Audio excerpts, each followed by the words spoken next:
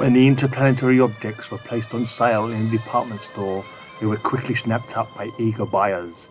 They looked so realistic: toy warriors of Mars, wild animals of Jupiter, birdmen of Neptune, ray guns from Venus. No one could possibly suspect that all these were to play a decisive role in the radioactive invasion of Earth.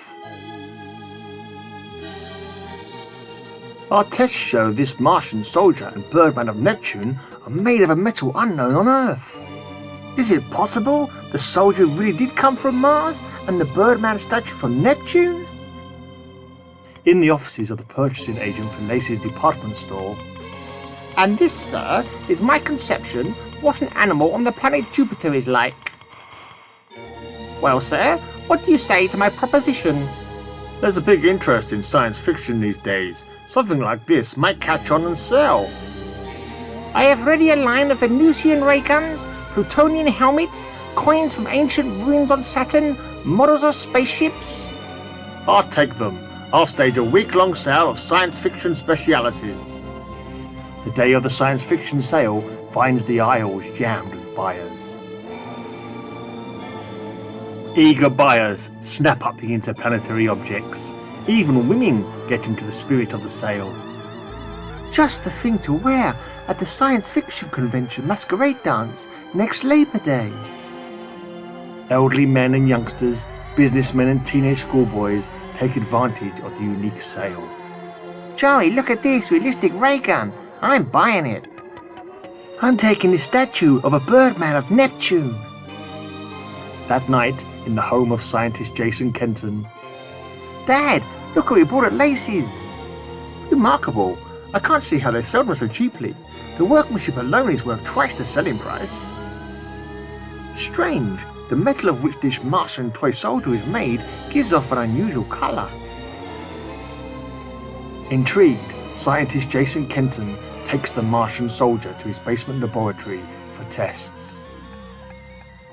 Incredible! This metal is reacting in a completely different manner from any metal known to science. After hours of patient research, there's no doubt about it. This soldier is made of an entirely new element, unknown on Earth. Highly excited, he phones the Science Institute. Something mysterious, unearthly, going on, and we'd better come up with the answer quick. I'll be in Coast City first thing in the morning. Meet me at branch headquarters.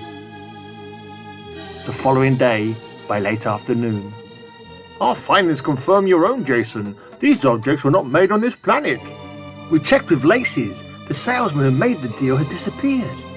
Disappeared from the face of the Earth, I imagine. Another conference is taking place on Titan, largest of the 9 moons of the planet Saturn, and the only moon with an atmosphere. Rulers of Titan, our plan to conquer Earth is progressing satisfactorily. We decided to abandon our original invasion by spaceships. The cost in lives would have been too heavy. Instead, we agreed to a radioactive invasion of Earth. The thousands of objects we made of our steranium metal are now being sold in a large Earth city. In 10 days, the metal will start to decay, releasing a deadly flow of radioactive rays that will encompass the entire planet. Once that decaying process has begun, nothing known to our science can stop it. Every living creature on Earth will die.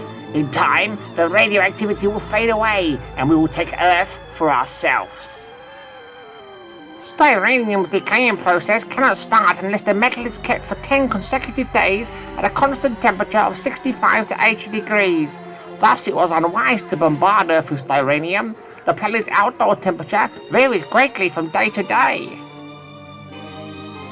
That is why we adopted the ruse of having Earthmen buy our styranium-made objects and keep them in their homes, which have a constant 65 to 80 degrees temperature. The decaying process is now underway, and the styranium is discharging its deadly rays. People of Titan, I give you victory! Meanwhile, under strict secrecy, the scientists of Coast City have been investigating the alien objects. Suddenly, Jason Kenton cries out in alarm. The Geiger counter, clicking. The metal is breaking down, becoming radioactive. Further tests reveal the grim truth. The metal gives off deadly rays. Unless we can find a way to stop them, all life on Earth will end within 6 months. Scientists throughout the city are marshaled to combat the radioactive menace. A race for life against time.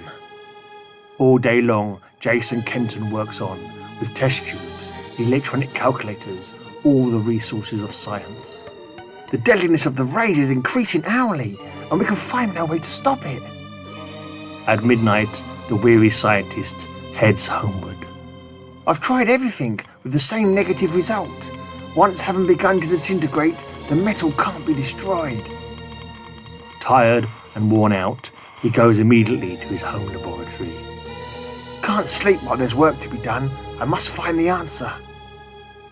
Staring down at the toy soldier on which he had been working the previous night, he cries out in stunned disbelief. The Martian soldier has turned to lead. It's inert, harmless. What caused it? Something happened here while I was gone. His outcry brings his wife and 2 sons into the playroom laboratory. What's the matter, dear? The Martian toy soldier, dead. I've got to find out why. Tell me everything that happened down here today. I dusted, but I didn't touch anything.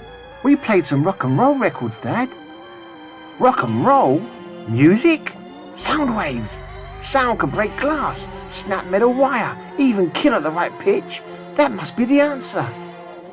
Clutching a rock and roll record, Jason Kenton races next door. Jason, this is no time for jokes. Listen to this record, Ed, and watch those radioactive coins you've been working on. Moments later, the coins turn to lead. Thanks to the peculiar vibratory impulse of this kind of music, now we're going to round up all those interplanetary objects and have a rock and roll session. The following night, after the radioactive menace has been destroyed, gosh, I never realised how much I'd appreciate rock and roll music. The end.